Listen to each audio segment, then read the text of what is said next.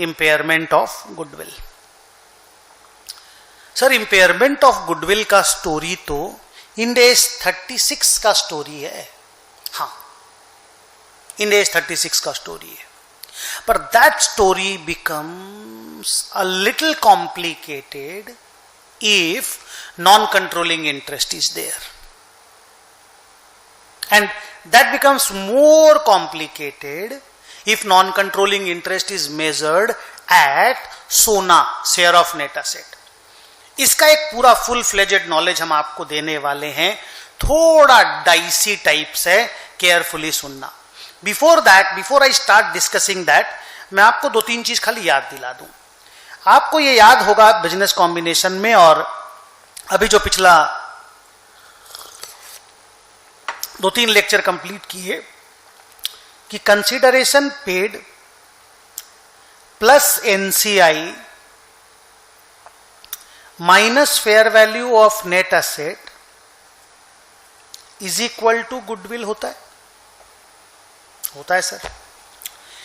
ये non controlling interest या तो सोना पे मेजर होता है या फेयर वैल्यू पे। Yes sir. अगर एनसीआई फेयर वैल्यू पे मेजर होता है, सुनना बच्चों, अगर एनसीआई फेयर वैल्यू पे मेजर होता है तो गुडविल को फुल गुडविल बोला जाता है। ओके। अगर एनसीआई सोना पे मेजर होता है तो गुडविल को पार्शियल गुडविल बोला जाता है। फुल गुडविल का मतलब हुआ आपने पूरी गुडविल बैलेंस शीट में लिख दी। पार्शियल गुडविल का मतलब वो आपने सिर्फ होल्डिंग कंपनी के परसेंटेज के बराबर गुडविल लिखी है। ये आपका लिखने का तरीका, बिकॉज एनसीआई को दोनों तरीके से मेजर करना इंड एज ने अलाउ किया है, तो वही लोग खुद ही बोल रहा है कि अगर एनसीआई सोना पे मेजर हो रहा है तो एनसीआई थोड़ा कम है, वो नेट एसेट के बराबर है, जबकि फेयर वैल्यू उसका ज्यादा होता है नॉर्मली। तो फिर क्या है सर, फिर वो जो गुडविल है ना बच्चों, अगर एनसीआई इज मेजर्ड एट सोना, अगर NCI is measured at fair value, there is no problem, my son. But if NCI is measured at SONA, ध्यान रखना कि गुडविल पार्शियल गुडविल है, अधूरी गुडविल बैलेंस शीट में लिखी हुई है। मतलब अगर गुडविल 900 लिखी हुई है तो समझ जाना ये सिर्फ होल्डिंग के स्टेक की गुडविल है। मान लो होल्डिंग का स्टेक अगर 90% है तो समझ जाना एक्चुअल गुडविल 1000 है, हमने सिर्फ 900 ही लिख रखा है। एनसीआई के हिस्से का गुडविल बैलेंस शीट में है ही नहीं।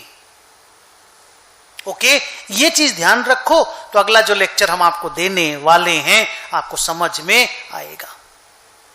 ओके, चलो, तो क्या 2-2 लाइन बोलो तो, अगर एनसीआई फेयर वैल्यू पे मेजर्ड है तो गुडविल फुल गुडविल है।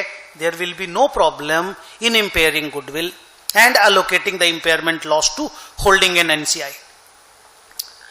If the NCI is measured at SONA, there is problem. Goodwill is partial goodwill. NCI के लेवल का गुडविल लिखा हुआ नहीं है, तो उस केस में इंपेयरमेंट निकालेंगे कैसे, और इंपेयरमेंट का लॉस को होल्डिंग और माइनॉरिटी एनसीआई का दूसरा नाम है, में डिवाइड कैसे करेंगे, वही सिखाने के लिए 16 नंबर पैराग्राफ है। आइए स्टार्ट करते हैं। बोर्ड पे देखिए,